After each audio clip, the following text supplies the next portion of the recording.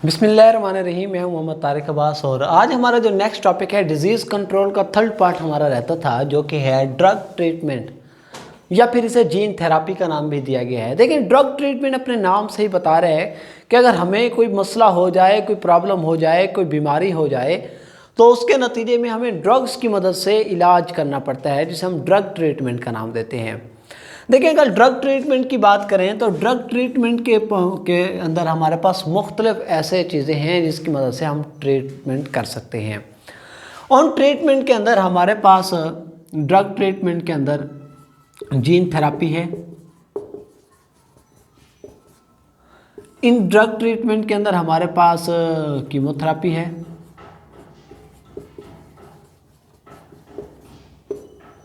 इन्हीं drug treatment के अंदर हमारे पास रेडियोथेरापी है। लेकिन इन चीज़ों में से पर बात करने से पहले मैं आपको ये बताऊं कि ड्रग ट्रीटमेंट के अंदर हमारे पास एंटीबायोटिक्स होती हैं। एंटीबायोटिक्स जो हैं इसको हम यूज़ करते हैं टू रिमूव बैक्टीरिया को रिमूव करने के लिए। लेकिन बैक्टीरिया यानी कि हम किसी भी बीमारी के इलाज के लिए एंटीबायोटिक्स तब इस्तेमाल करते हैं जब बैक्टीरिया का मसला हो, बैक्टीरिया ने हम पर अटैक किया हो। एक तो ये बात है। दूसरी बात है, उस बैक्टीरिया ने उस मेडिसिन के खिलाफ रेजिस्टेंस भी पैदा ना की हुई हो। देखिए, बैक्टीरिया की सबसे बड़ी खासियत ये है कि बैक्टीरिया को जिस चीज़ से हम जो एंटीबायोटिक्स यूज़ करके बैक्टीरिया को किल करते हैं, अगर कुछ बैक्टीरिया उससे बच जाएं तो फिर जब वो दोबारा ग्रो करते हैं तो फिर उसी एंटीबायोटिक से दोबारा वो उन्हें कुछ नहीं होता, बल्कि हमें उसकी डोज बढ़ानी पड़ती है। तो इन चीज़ों से एंटीबायोटिक्स को तब ही हम इस्तेमाल कर सकते हैं, एक तो बैक्टीरिया हो, नंबर 2 पे बैक्टीरिया ने उसके खिलाफ रेजिस्टेंस भी पैदा ना की हो। अब देखिए, अगर हम चलें आगे मज़ीद तो हमें ये पता है ड्रग ट्रीटमेंट के अंदर हमारे पास और भी मुख्तलिफ तरीके हैं आप बीमारियों को रिमूव करने के लिए। उनमें एक हमारे पास कौन सा तरीका है, रेडियोथेरापी है। लेकिन अगर रेडियोथेरापी की बात करें तो रेडियो असल में ये बात है रेडिएशन से। इसमें हम क्या करते हैं, रेडिएशंस लगाते हैं, रेडिएशंस को मारते हैं किसके ऊपर, किसी भी पार्ट के ऊपर, पार्ट ऑफ द बॉडी, जिस्म के हिस्से के ऊपर जिसके जो कि इन्फेक्टेड होता है। जैसे मिसाल के तौर पर कैंसरस सेल्स होते हैं ना, कैंसर के सेल, उनको किल करने के लिए हम उस मुतल्लिका जिस्म के हिस्से के ऊपर क्या करते हैं, रेडिएशन मारते हैं, wave radiation, electric wave radiation मारते हैं, जिसकी वजह से वो सेल जो है ना तबाह हो जाते हैं। अच्छा, इसी तरह हमारे पास जो है ना कीमोथेरापी है। कीमोथेरापी के अंदर हम केमिकल्स यूज़ करते हैं और केमिकल्स यूज़ करके हम क्या करते हैं, मिसाल के तौर पर ऐसे केमिकल्स हैं जिन्हें हम एंटी कैंसर्स कहते हैं। वो कैंसर अंदर जाके कैंसर को ख़त्म करने की, कैंसर सेल्स को मारने की कोशिश करते हैं। हम इन एंटी कैंसर सेल्स को या केमिकल्स को वक्फे से इस्तेमाल करते हैं। चाहे रेडिएशंस की बात हो, इसके भी पाकिस्तान के अंदर बहुत से ऐसे सेंटर्स हैं जहां रेडिएशन लगाई जाती हैं। केमिकल्स की बात करें तो डॉक्टर जो है ना वो मेडिसिन तजवीज़ करते हैं कि आपने कितने दिनों के, कौन से दिन, कितने दिनों में एक कोर्स मुकम्मल करना है मेडिसिन का।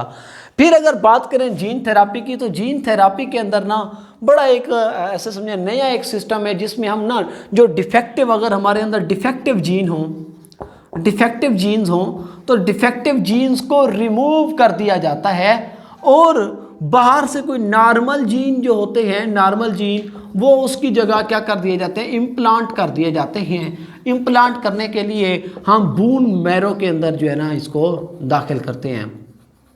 बून मैरो के अंदर जब दाखिल करते हैं तो वो जो नॉर्मल जीन होते हैं वो वहाँ पर फिर ग्रो करना शुरू कर देते हैं, ग्रो करते हैं।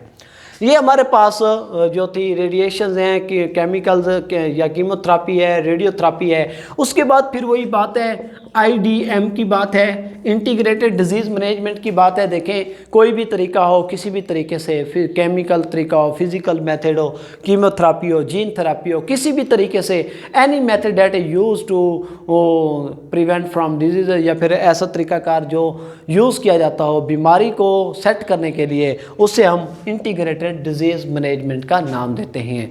इसी के साथ हमारे पास इसी के अंदर एक छोटा सा टॉपिक है जिसे हमने क्या नाम दिया हुआ है, क्लूनिंग का, क्लून या क्लूनिंग। अब देखिए, क्लूनिंग के अंदर बात करें तो क्लूनिंग के नतीजे में हम क्लून पैदा करते हैं। अगर क्लून हम कहते हैं एक आइडेंटिकल कॉपी होती है। आइडेंटिकल कॉपी से मुराद है कि मिलती जुलती बिल्कुल हूबहू कॉपी होती है जी हाँ, किसकी, जिससे हमने वो सेल लिया हो। यानी हम क्या करते हैं, क्लोनिंग के अंदर हम किसी जानदार से एक सेल लेते हैं और उस सेल से आइडेंटिकल कॉपीज तैयार करते हैं। क्या तैयार करते हैं? आइडेंटिकल कॉपीज तैयार करते हैं, और ये आइडेंटिकल कॉपीज हम जितनी भी बनाना चाहें बना सकते हैं। किसके अंदर? क्लोनिंग के अंदर। तो ये जो आइडेंटिकल कॉपीज होती हैं ये बिल्कुल सेम होती हैं, किसकी तरह? जिन उसकी तरह जहाँ से इनका सेल लिया गया है। अब वैसे अगर बात करें, हमने एक डॉली शीप सबसे पहले बनाई थी, डॉली शीप। इसके साथ हमने काऊ और माइस के ऊपर भी काम किया और हमने इनके क्लोन तैयार किए। तो इनके अंदर हमने क्या किया, अब हमने इसका तरीकाकार क्या होता है क्लोन का। हमारे पास एक फर्टिलाइज्ड एग होता है, हम उस फर्टिलाइज्ड एग को निकालते हैं, रिमूव करते हैं, और रिमूव करने के बाहर निकालने के बाद हम उसमें से जो न्यूक्लियस होता है उसको निकाल लेते हैं। न्यूक्लियस को हम क्या कर देते हैं? रिमूव कर देते हैं। किस में से? फर्टिलाइज्ड एग में से। अब जब हमने फर्टिलाइज्ड एग में से न्यूक्लियस को रिमूव कर दिया है, हम क्या करते हैं, एक दूसरा इंडिविजुअल जो होता है, सेहतमंद इंडिविजुअल जो होता है, उस इंडिविजुअल के सेल में से न्यूक्लियस को निकालते हैं, लेते हैं, और इस न्यूक्लियस को फर्टिलाइज्ड एग के अंदर, जहाँ से हमने न्यूक्लियस निकाल दिया था, वहाँ पर पुट कर देते हैं। अब फिर इस फर्टिलाइज्ड एग को हम वोम के अंदर रख देते हैं, जो है ना बच्चादानी जिसे हम कहते हैं, उस वोम के अंदर रख देते हैं, ताकि ये आगे फिर मज़ीद जो है ना ये फर्टिलाइज्ड एग प्रोसेस करे, और फिर जब एक नया जानदार पैदा होता है तो वो बिल्कुल आइडेंटिकल होता है। किसके? ये जो इंडिविजुअल जिसका हमने न्यूक्लियस इसमें यूज़ किया था। इसी के साथ ही दूसरा तरीका ये भी है कि एक और तरीका भी होता है आइडेंटिकल कॉपीज क्लोन बनाने का। वो ये है कि अगर फर्स्ट स्टेज के ऊपर एम्ब्रियो ले लिया जाए। एम्ब्रियो हम कहते हैं जब मेल एंड फीमेल गैमीट्स आपस में मिलते हैं, ज़ाइगोट बनता है और फिर वो एम्ब्रियो में कन्वर्ट हो जाता है।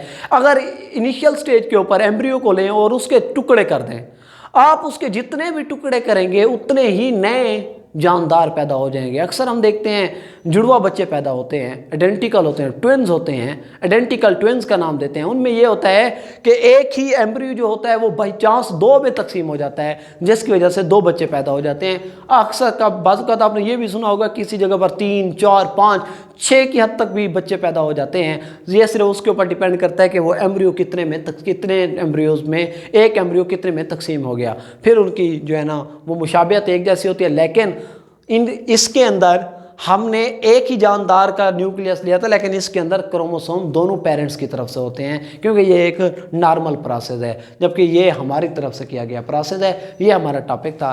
इंशाल्लाह नेक्स्ट टॉपिक के साथ आएंगे। अल्लाह हाफिज़।